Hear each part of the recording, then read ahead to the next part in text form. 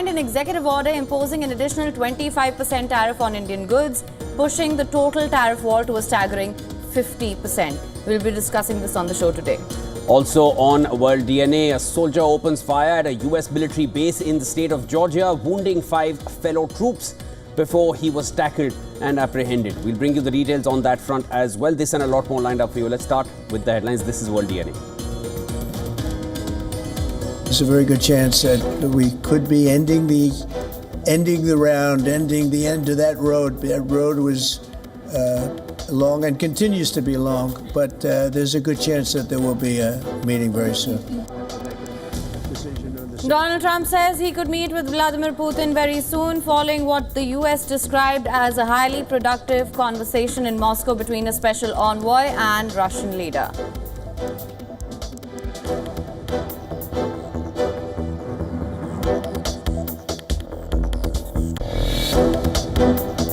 It may happen. I mean, I don't know. I can't tell you yet, but we did it with India. We're doing it probably with a couple of others. One of them could be China, yeah.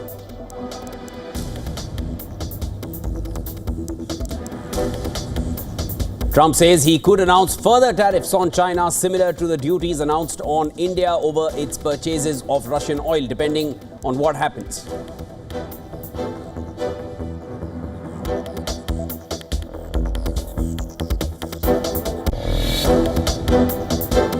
We have a capital that's very unsafe. We have to run D.C.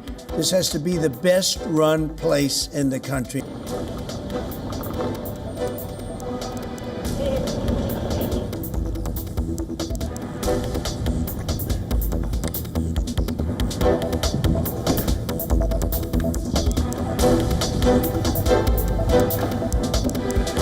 Trump says he may use National Guard to police. Trump says that he may use the National Guard to police the streets of Washington, D.C. in his latest threat to take over running the city, citing concerns about public safety and high crime rates.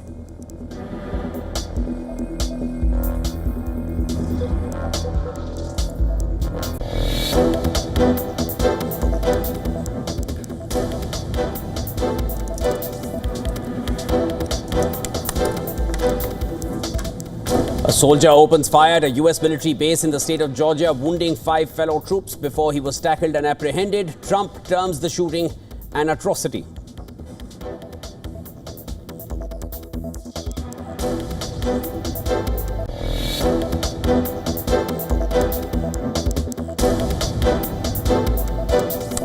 Israel's defense minister says IDF will have to execute any government decisions on Gaza amid reports of disagreements over prospect of full occupation of the territory. Netanyahu will convene a security cabinet today.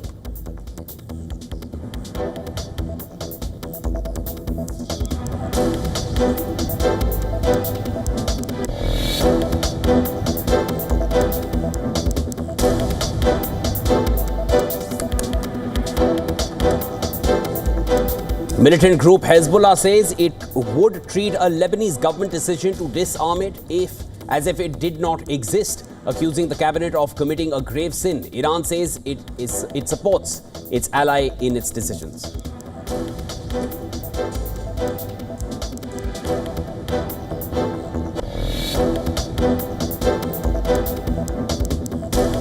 Iranian Foreign Minister says IAEA's upcoming visit to Tehran is intended to discuss frameworks of cooperation, not for inspections. On speculation about renewed talks with the US, says no such meetings have been finalized.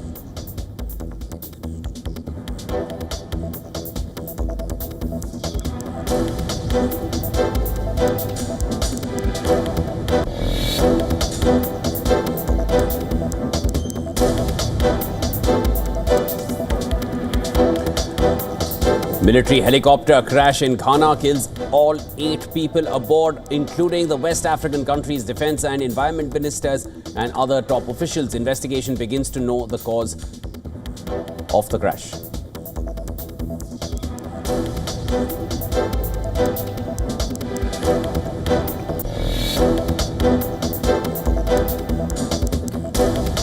Trump announces Apple will invest another $100 billion in US manufacturing, boosting its total commitment to $600 billion, aimed at expanding domestic production and dodging future tariffs. This is the best headset out there by far.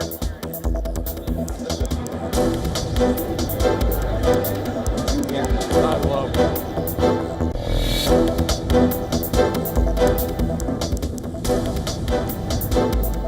South Korean star Son Heung-min joins Los Angeles FC in a record-breaking Major League Soccer transfer. The former Spurs forward admits this wasn't his first choice, but club's president changed his heart.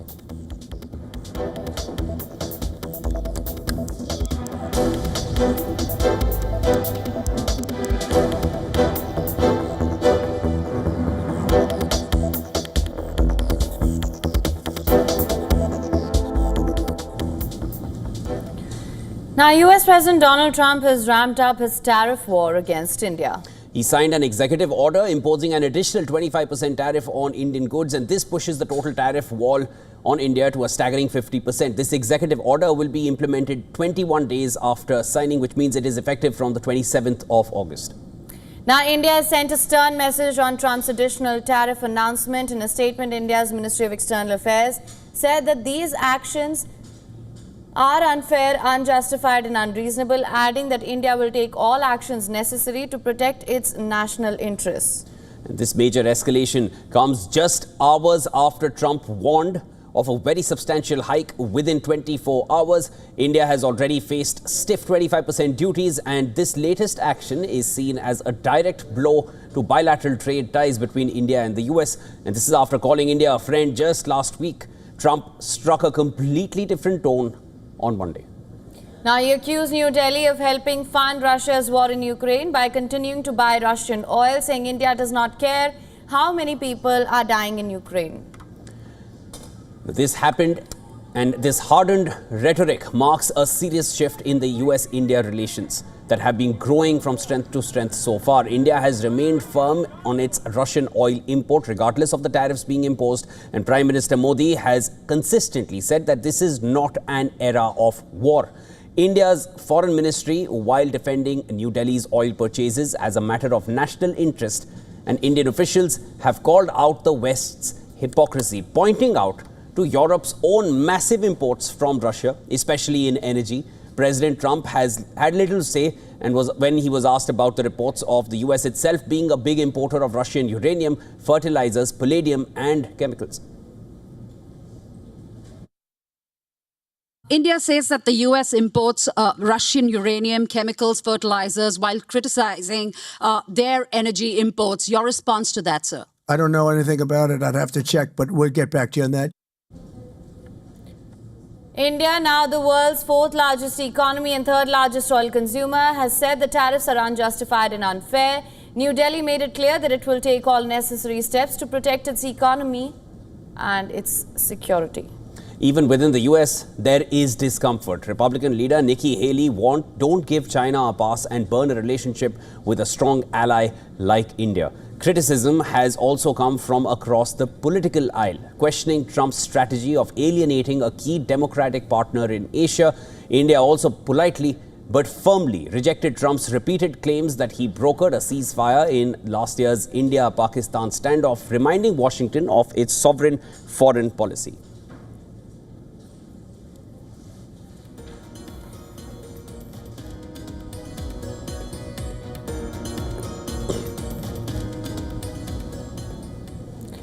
All right, to discuss this further, we are joined by Robert Coeb from Los Angeles. He is a director at Asia Pacific Geoeconomics and Business Initiative, Chapman University. Thank you so much for joining us on World DNA. Thank you. Now, what we're seeing playing out seems right out of Trump's standard playbook. There seems to be a lot of pressure. There seems to be almost some sort of hostility now when it comes to tariffs and the talks that were ongoing between India and the United States. How do you see things progressing? Because as we mentioned earlier as well, India has given a measured and guarded response to this earlier this week as well. It was a 6-point response. What's your take on this? Well, I think that's a good starting point. As you said, sort of measured, cautious response. I think it's true that, in fact, the U.S. president does appreciate his relationship with Narendra Modi, your prime minister. So there's a lot to work with there. Right now, he's decided to come down hard on the oil imports from Russia. If he were really being more even-handed about this, he'd go after China. But he's in the midst of trying to strike a big trade deal with them. I would say this is perhaps temporary. I mean, I'm not saying it won't take effect as expected on the 27th, but there's room to still discuss things, put it that way. And I would encourage India to continue the sort of actions it's taking, which again are measured and cautious, and then try to look for some opening gambit to entice Trump away from the tariffs. Robert, if we were to just look at the consequences of these moves that are coming out from the US president, 50% is where he's reached as of now. But if you just juxtapose that with the way China and Brazil have been responding to his tariff threats so far, China said they're going to fight it out till the end. And of course, they are standing very, very firm. Do you feel these moves by the US president are only going to make the BRICS grouping a more tight-knit group? Which again is a threat to Trump? Yeah. Well, of course, India is a key component of the BRICS, but it's, the general impression is that it's really pushed forward by China. Russia cheers it a lot. India is definitely a key component, but it is the most U.S.-friendly and Western-oriented among that grouping. So again, that's a good opportunity for India to capitalize on. I would say it should resist that push that will likely come from countries like China and Russia. Brazil, yes, is also in the mix, but geopolitically, it's not as critical. The real key players in BRICS are the C, the I, and the R. And India is the most likely, I should say, to find a welcoming reception both in Washington and Brussels and with other democratic nations where it can still build a lot of positive trade relationships. And that only goes to say about what India's foreign policy, how great it has been across the world so far in times which are so hostile. Right, and now just to talk about that again, and if I could just take what Shivan said a point further, we're also seeing how it's playing out with different nations as well, right? And we were speaking to some of the experts earlier who were saying that this is not an issue that is exclusive to India. There are other nations who've gone through the same process with the United States. They may have reached a deal. India is not there yet. That being said, we are seeing this sort of duplicity play out when it comes to EU's trade with Russia. We're seeing this with China. Why do you think Trump is choosing to have take a different approach when it comes to India? I would have to say, based on the suddenness of this, you had the Prime Minister from India visiting only in February, hosted by our president, and things seemed great then.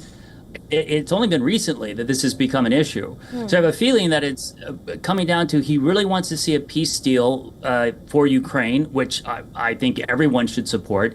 Unfortunately, it seems going after what looks like the most tempting target for leverage, which happens to be India, which isn't really a smart way to approach it, but it's what plays to his psychology of strong-arming even partners.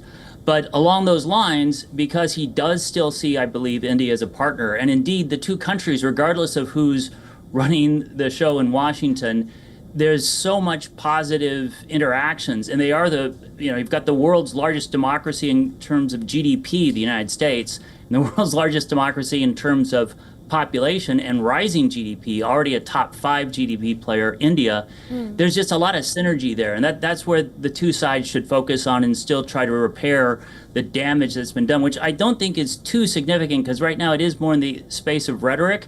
We'll have to see what happens on the 27th, but there's still a chance to salvage a more positive trading relationship. Right, and if I may just seek more clarity there, we do know Trump's election campaign promise was to end this war within 24 hours. It was then 100 days. Yeah. We've seen how things have played out on that front. And by that, I mean nothing has played out significantly, at least.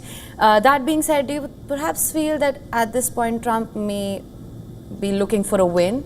And perhaps that's why this is how we're seeing this play out so suddenly with India as well? I think that's a good observation. Yeah, I think there's a lot to that. I mean, by the way, keep in mind, he berated President Zelensky, who visited the White House around the time that Prime Minister Modi did. And you know, he went from calling him a dictator and saying he had no cards, that is President Zelensky, to now really coming on the side of Ukraine in the conflict. And I think he's just looking for pressure points to exert, because the U.S. has already sanctioned Russia. It hasn't really figured out a viable strategy. I think, unfortunately, he's turning to kind of a friend in the general geopolitical mix. And it's not a very smart play, but I think that's the logic perhaps behind it. And in that sense, if India were to come back and say, look, there are other ways we can help end this war. There are other ways we can work with America. You shouldn't be targeting us for oil, which, by the way, is under the cap. The whole thing on Russian oil is there's a price cap of $60 a barrel, and India buys below that. So it's actually not in violation of anything. It's just Trump was looking at the trade statistics. It saw after China was the largest importer of Russian oil and decided to go after India for that reason. But I don't think there's anything else to it other than he's looking for a way to pressure Russia to stop the war.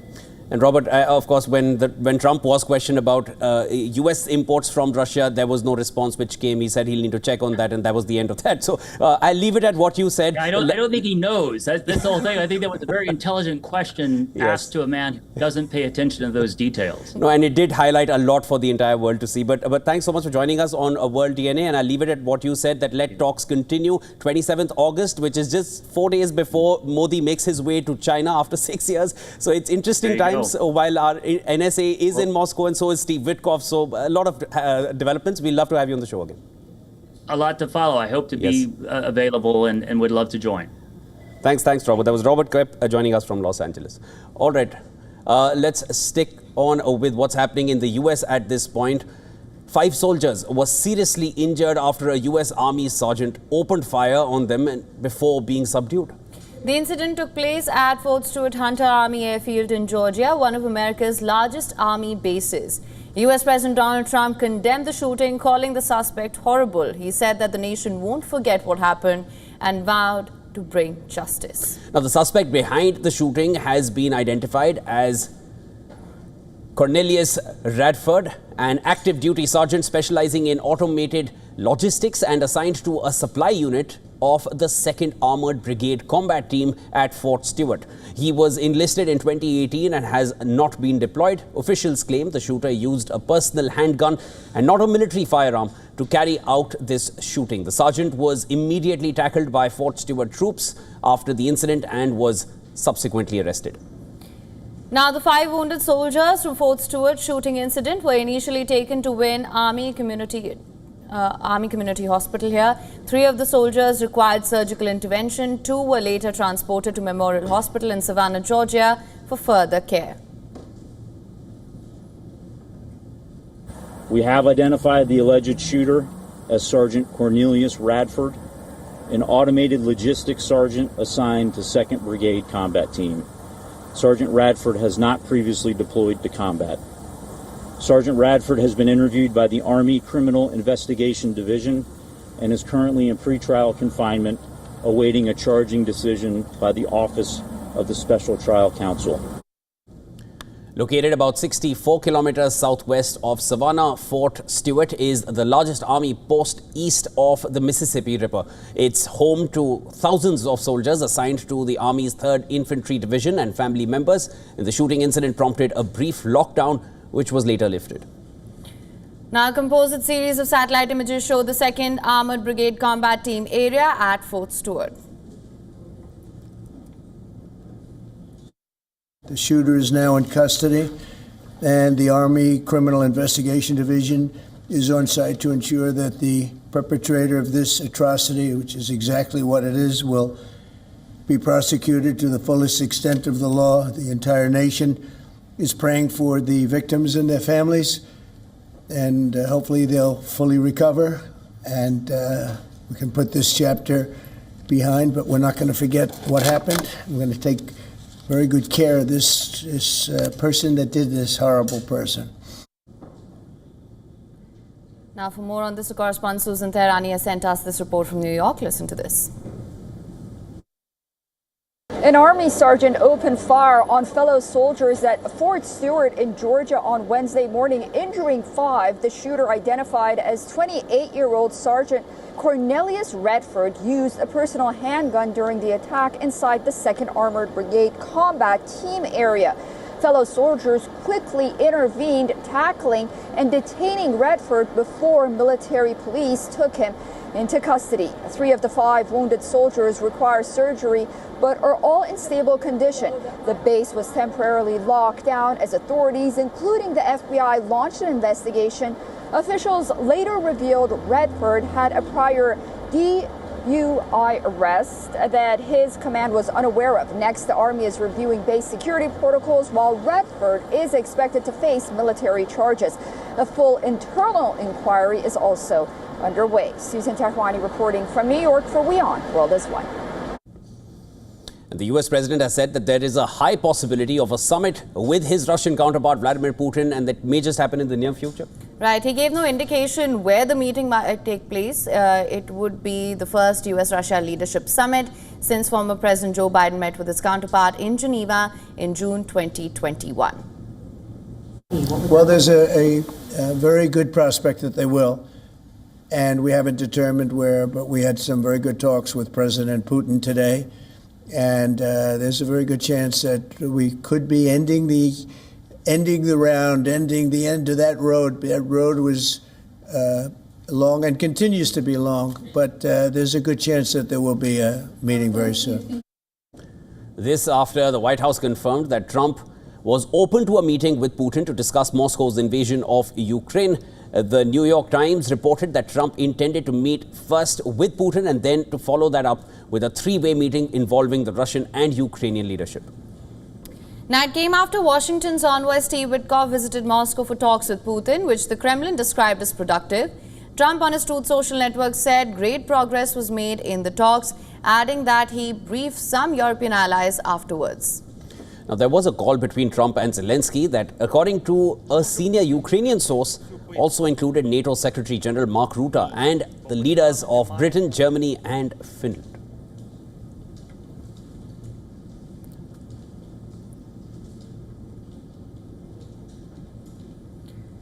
In the latest update on Iran's nuclear program, Foreign Minister Abbas Araghchi stated in a televised interview on Channel 5 that the upcoming visit by the IAEA's Deputy Director General to Tehran is intended for discussions on cooperation frameworks.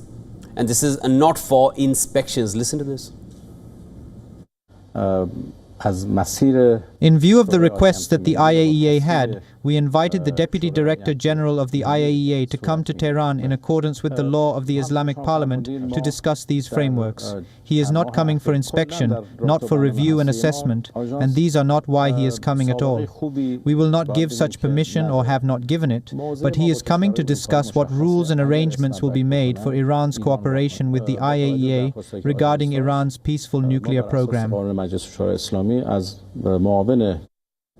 The IAEA has stated that it must be permitted to resume inspections following Israeli and US airstrikes aimed at dismantling Iran's nuclear program and preventing it from developing nuclear weapons. Now, Iran, however, has consistently denied any desire to acquire nuclear weapons and maintains that its nuclear activities are entirely peaceful. Also, during the interview, Foreign Minister Abbas Araghchi affirmed Iran's support for Hezbollah after the group declined a Lebanese government proposal seeking its disarmament.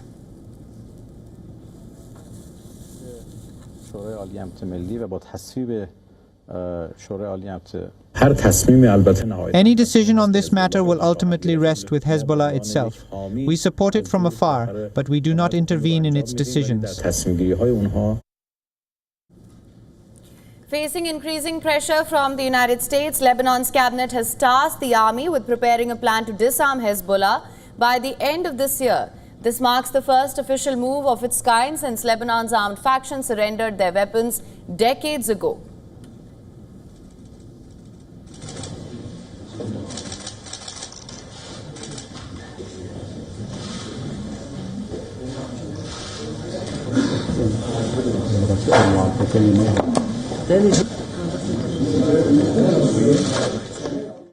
The The government tasks the Lebanese army with setting an implemental plan to solely restrict arms before the end of this year to the parties specified in the announcement for the cessation of hostilities and present it to the cabinet before the end of this month for discussion and approval.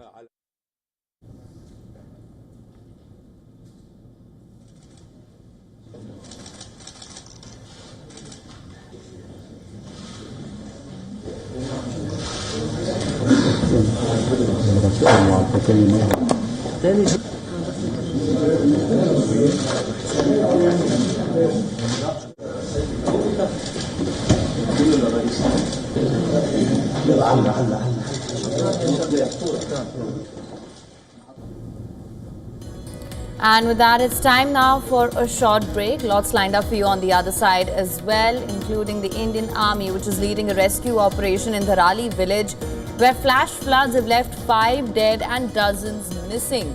Officials say 190 people have been rescued so far.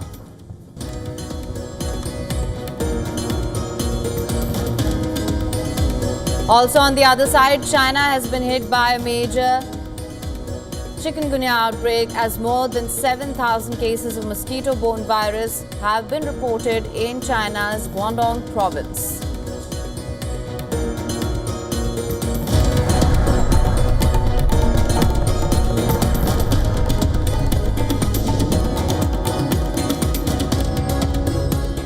WION, India's global voice, the channel that brings you the biggest stories from across the world through India's lens.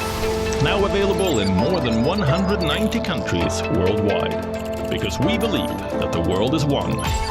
Watch us in Africa, Europe, USA and Canada, South America, Asia Pacific, Middle East and North African regions. Also available on these digital platforms across the world. WION, world is one. From the bustling trading floors of Wall Street to the vibrant exchanges of Asian stock markets, WION breaks it down for you to make sense of what's happening. As we reveal the key factors behind events, strategic battles, and the game-changing business decisions that shape the world. We bring you all of this and more on World Business Watch. To bring the benefits of the Subhash Chandra Show to your educational institution, teachers and students, send an invitation to Juhi Jha at juhi@such.org.in. The Earth is sending distress signals. Wildfires, droughts, and melting glaciers. Can we reverse the damage? Explore the harrowing effects of climate change. It's a wake-up call. Global emergency. Climate Tracker on WION World is One. From the bustling trading floors of Wall Street to the vibrant exchanges of Asian stock markets, WION breaks it down for you to make sense of what's happening. As we reveal the key factors behind events, strategic battles, and the game-changing business decisions that shape the world. We bring you all of this and more on World Business Watch.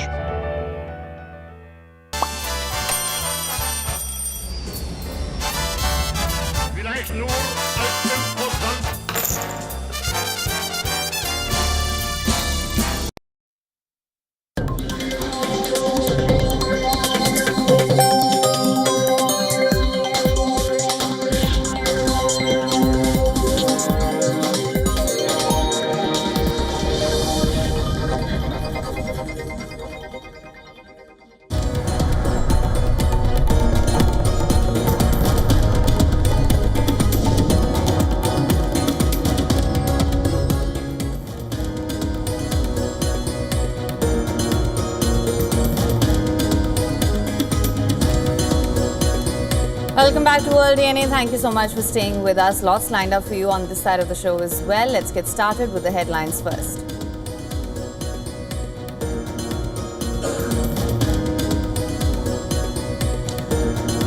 United Airlines says it suspends flights at several US airports due to a technology issue and anticipates additional flight delays. Ground stops issued for Chicago, Denver, Houston, Newark and San Francisco.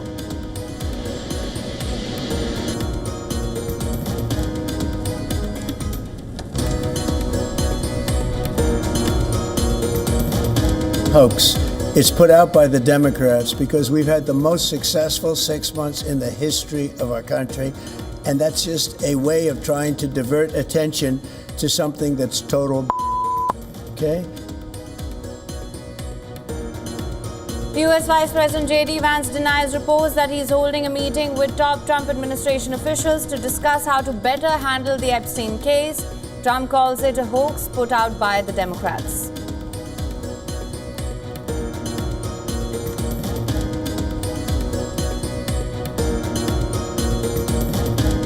There's a very good chance that we could be ending the end of that road. That road was long and continues to be long, but there's a good chance that there will be a meeting very soon. Have to make a decision.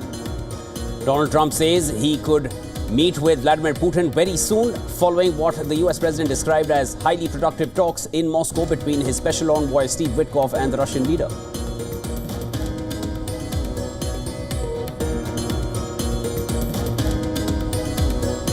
It may happen. I mean, I don't know. I can't tell you yet, but we did it with India. We're doing it probably with a couple of others. One of them could be China. Yes.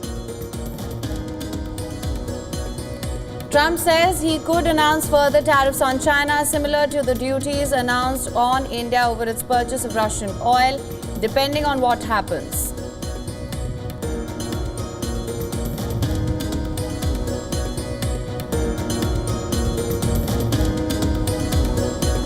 We have a capital that's very unsafe. We have to run D.C. This has to be the best run place in the country.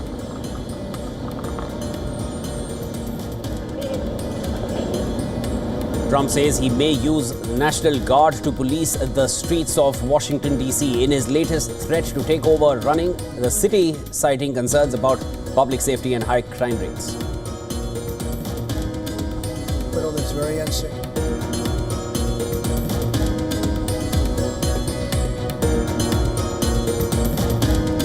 Israel's defense minister says IDF will have to execute government decisions on Gaza amid reports of disagreements over prospect of full occupation of the territory.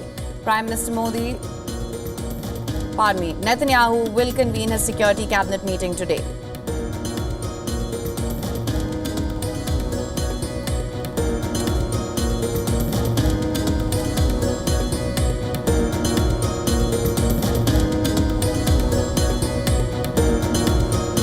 Iranian Foreign Minister Abbas Araghchi says IAEA's upcoming visit to Tehran is intended to discuss frameworks of cooperation, not for inspections. And this is on speculation about renewed talks with the US, says no such meetings have been finalized.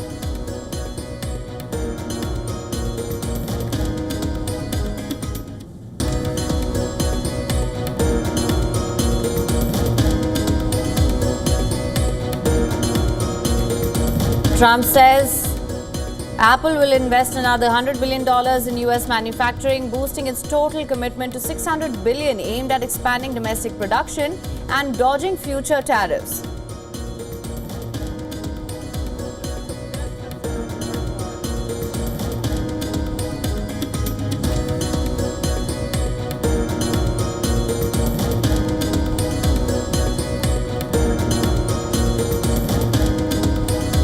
South Korean star Son Heung-min joins Los Angeles FC in a record-breaking Major League Soccer transfer. The former Spurs forward admits this wasn't his first choice, but club's president changed his heart.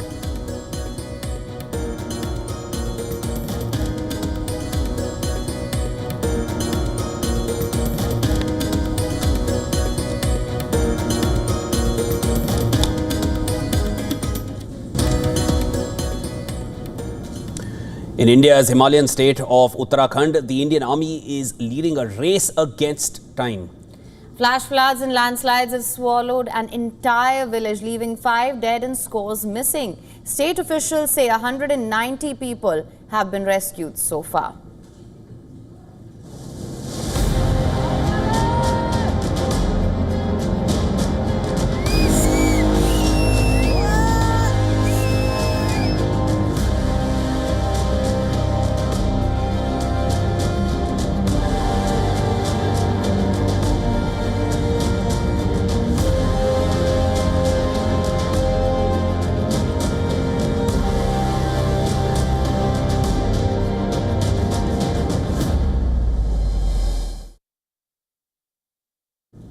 Now, Dharali village, a major tourist attraction, has been nearly completely buried under mud and debris. What was once a bustling pit stop for pilgrims is now a disaster zone. Homes crushed, roads broken and bridges swept away. This was the devastating moment when terrifying surge of muddy water swept away everything in its path in Dharali.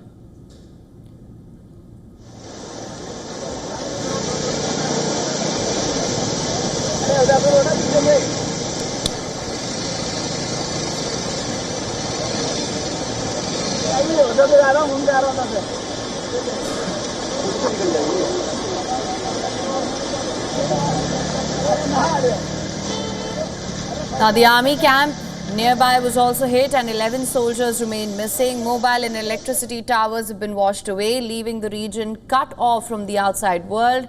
Rescue workers now rely on satellite phones as helicopters stand by to deliver supplies to stranded survivors. The Indian Army and multiple disaster response teams are leading a massive rescue operation.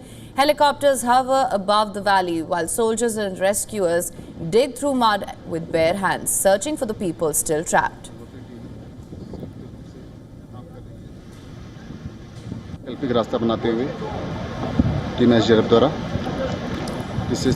Rescue teams have built makeshift zip lines to cross violent rivers while heavy machines move boulders, blocking access to the village. Railway tracks near the Datkali Mandir in Haridwar have been blocked due to the landslide. The India Meteorological Department, the IMD, has issued warnings for heavy rainfall across Uttarakhand, particularly in the hill districts.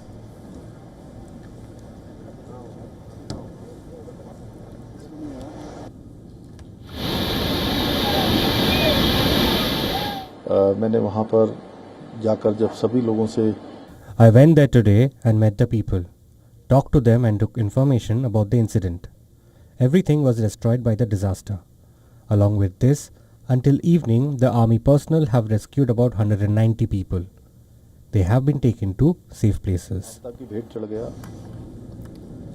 Uttarakhand's mountains are no strangers to disasters, but experts warn that climate change is fueling more extreme floods and landslides.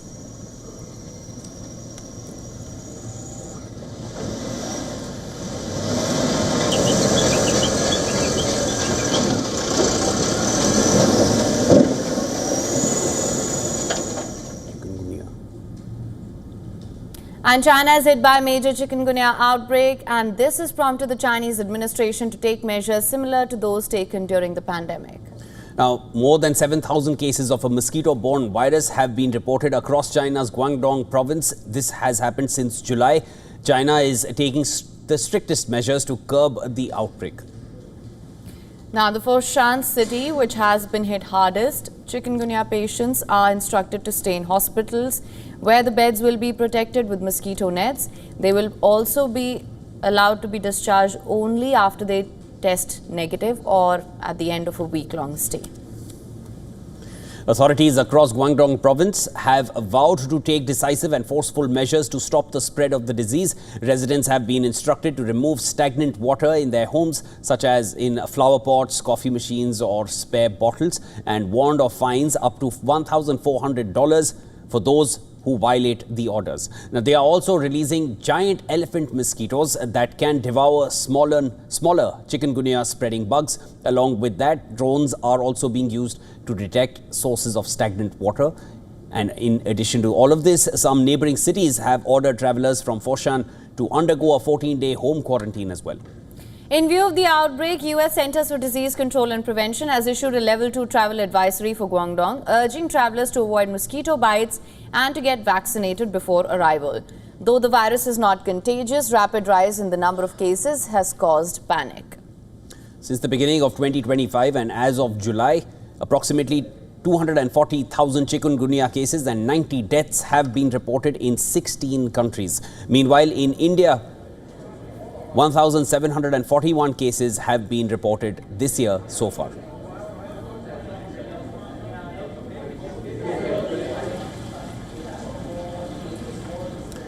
Egypt's pyramids of Giza are one of the world's most iconic landmarks. They draw visitors from across the globe and are among the most visited tourist attractions. Showcasing the North African country's enigmatic past, and now a new archaeological museum would also do the same. Egypt says that its much anticipated billion-dollar archaeological museum is set to open near the pyramids of Giza. After facing several delays, it will officially open on the 1st of November this year.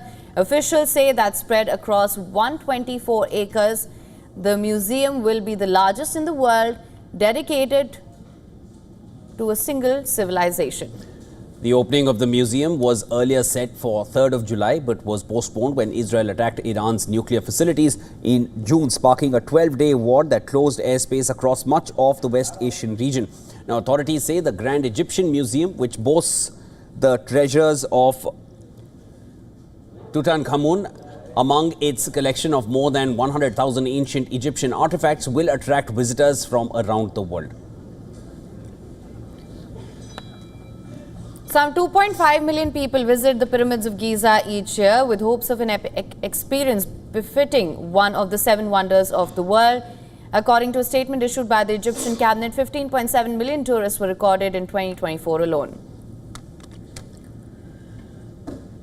And the nation is now hopeful of achieving its target of 18 million tourists this year. Now, the Giza complex is made up of a number of ancient monuments, and it can take a while to explore them all. The choice of the season determines how well a person will be able to explore. It is from November to February that the pyramids get the most visits, whereas from June to August, the tourists' inflow remains bare minimum due to extremely hot temperatures. Egypt's Prime Minister told a cabinet meeting that President Abdel Fattah el-Sisi had approved the new opening date of the museum, and authorities are hopeful that the museum will draw 5 million visitors per year in a major boost to the tourism industry, which is a key foreign exchange earner for Egypt.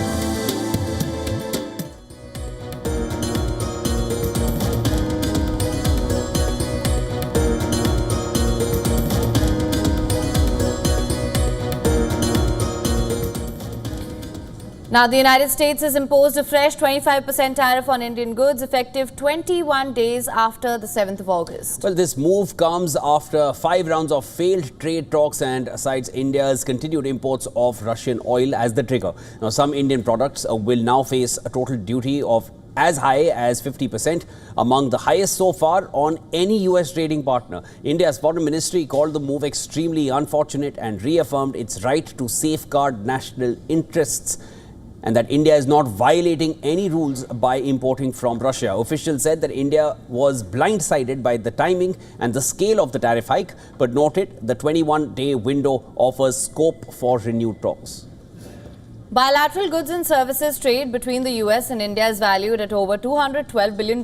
Indian exports to the US hit $87 billion last year, creating a trade deficit of over $45 billion. The Federation of Indian Export Organizations warned that over 55% of Indian shipments to the US could be affected, with exporters now expected to face a 30 to 35% disadvantage compared to rivals like Vietnam and Bangladesh.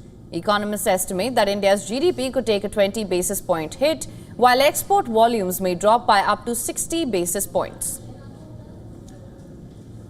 Now, the new tariff regime is expected to impact India's key export sectors, especially electronics, pharmaceuticals and textiles. Smartphones lead the list, with India overtaking China as the top suppliers to the US in June quarter of 2025, accounting for a 44% market share. Exports from this category exceeded $3 billion in January alone.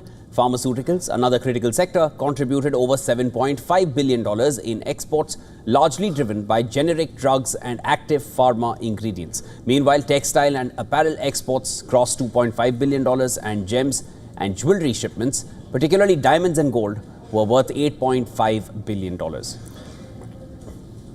While the tariff move has triggered concern, several experts argue that there is no reason to panic yet.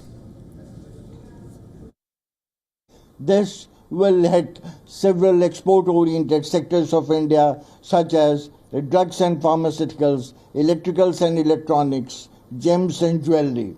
But while there is a reason for us and India to be concerned, there is no reason for us to be alarmed. India continues to be a largely domestically driven economy, with exports accounting for about 18% of India's GDP. This measure will hit India's GDP by about 20 basis points, exports by about 50 to 60 basis points, and our employment scenario will also be dented to a certain extent. This is an opportunity for us to see, to make our internal manufacturing ecosystem more strong, and we have the opportunity to be the alternative for China Plus One. I think that this is the time to really realign the supply chain and focus on economies other than US for the timing. However, we urge both the government of India and government of US to engage in a dialogue so that these disruptions can be sorted out.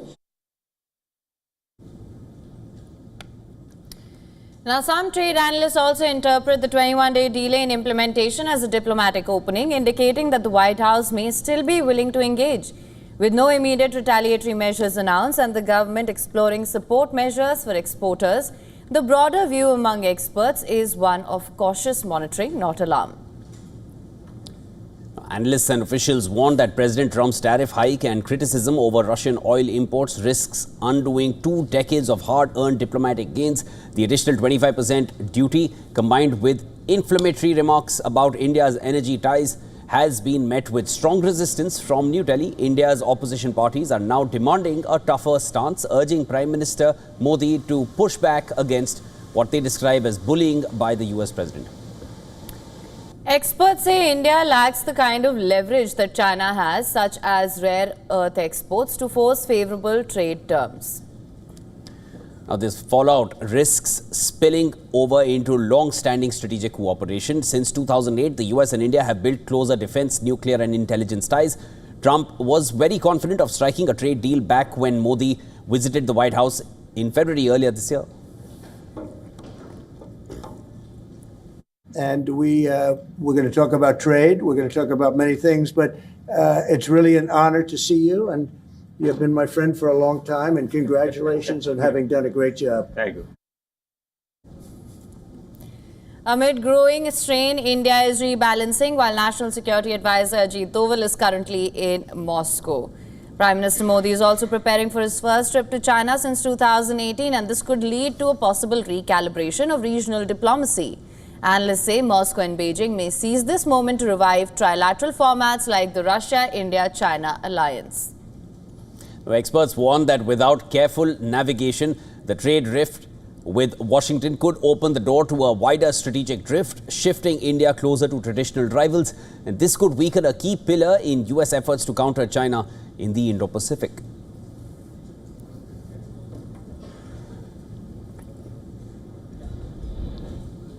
And for more on this, our correspondent Susan Tehrani has sent us this report from New York. Listen to this.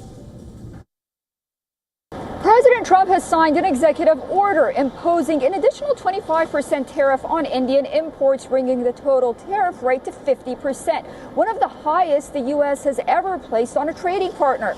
The move is part of Trump's crackdown on countries that continue purchasing Russian oil just days after his envoy met Vladimir Putin in Moscow.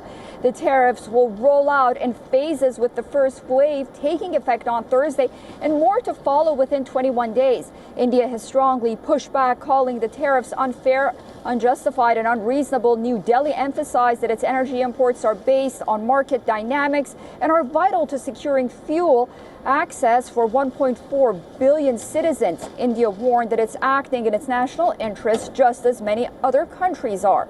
Susan Tehrani reporting from New York for WION World is One.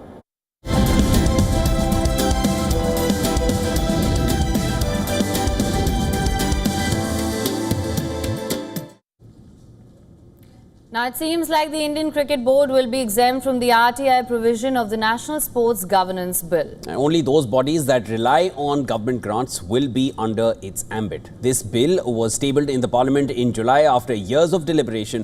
One of its clauses states that a recognized sports organization shall be considered as a public authority under the Right to Information Act with respect to the exercise of its functions, duties and powers under the Act. Now, the RTI has been a point of contention for the BCCI, which has always opposed being covered by the provision, since it is not dependent on government funds. And according to the amendment, a public authority is described as an entity that is relying on government funds. Therefore, excluding the BCCI, the amendment is still expected to increase transparency in this BCCI. And of course, the body could register itself as a national sports body once the bill is passed. Now, the BCCI currently registered as a quote-unquote private body that does not stop it from selecting the national team and representing India at the global stage. But it is not recognized as a national sports federation. So essentially, the BCCI performs public functions but remains legally autonomous.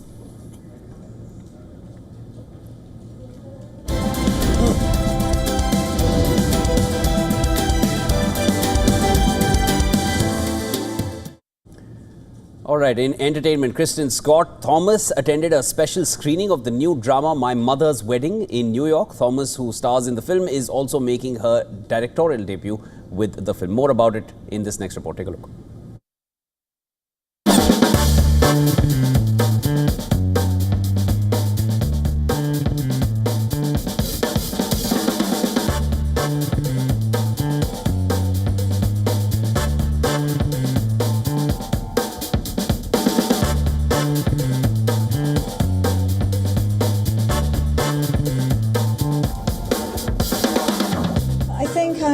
I have made an awful lot of films as an actor, and it's the desire to get the other side of the camera has been brewing for quite a while.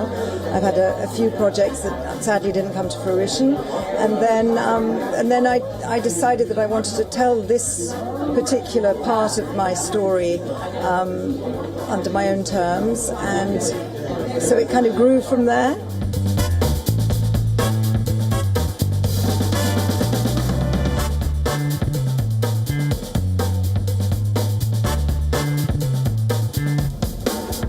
So basically, what is my story in the movie are the memories that the character played by Scarlett has and is obsessed by.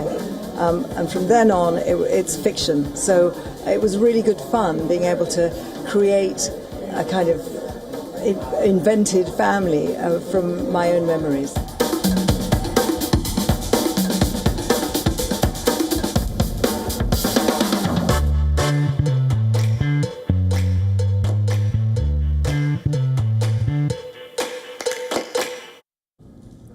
All right, with that, it's a wrap on this edition of World DN. Before we slip into a short break, here are all the climate stories making headlines across the world. Stay with us. This is Beyond World is One.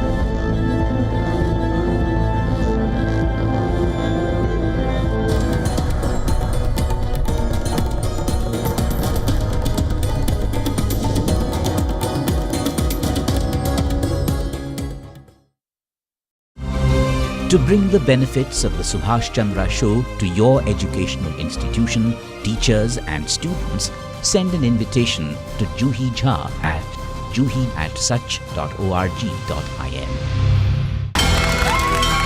From the bustling trading floors of Wall Street to the vibrant exchanges of Asian stock markets, WION breaks it down for you to make sense of what's happening. As we reveal the key factors behind events, strategic battles, and the game-changing business decisions that shape the world. We bring you all of this and more on World Business Watch. WION, India's global voice, the channel that brings you the biggest stories from across the world through India's lens. Now available in more than 190 countries worldwide. Because we believe that the world is one. Watch us in Africa, Europe, USA and Canada, South America, Asia Pacific, Middle East and North African regions. Also available on these digital platforms across the world. WION, World is One.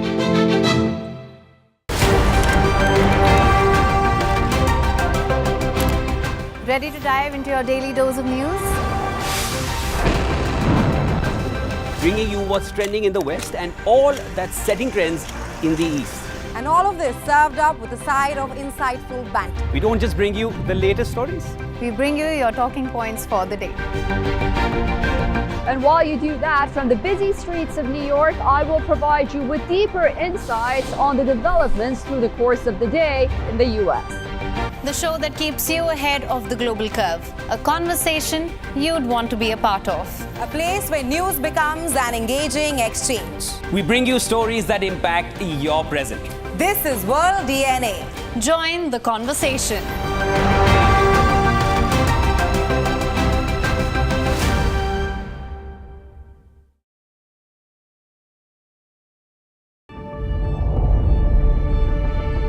The Earth is sending distress signals. Wildfires, droughts, and melting glaciers. Can we reverse the damage? Explore the harrowing effects of climate change. It's a wake-up call. Global emergency. Climate Tracker on WION World is One.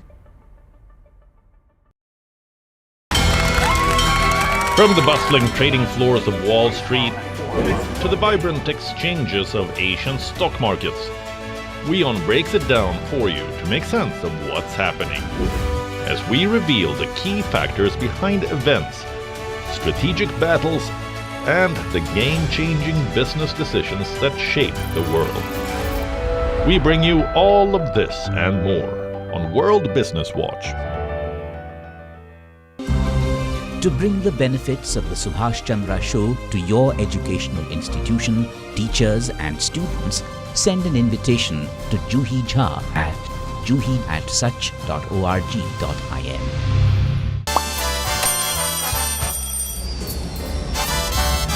Vielleicht nur als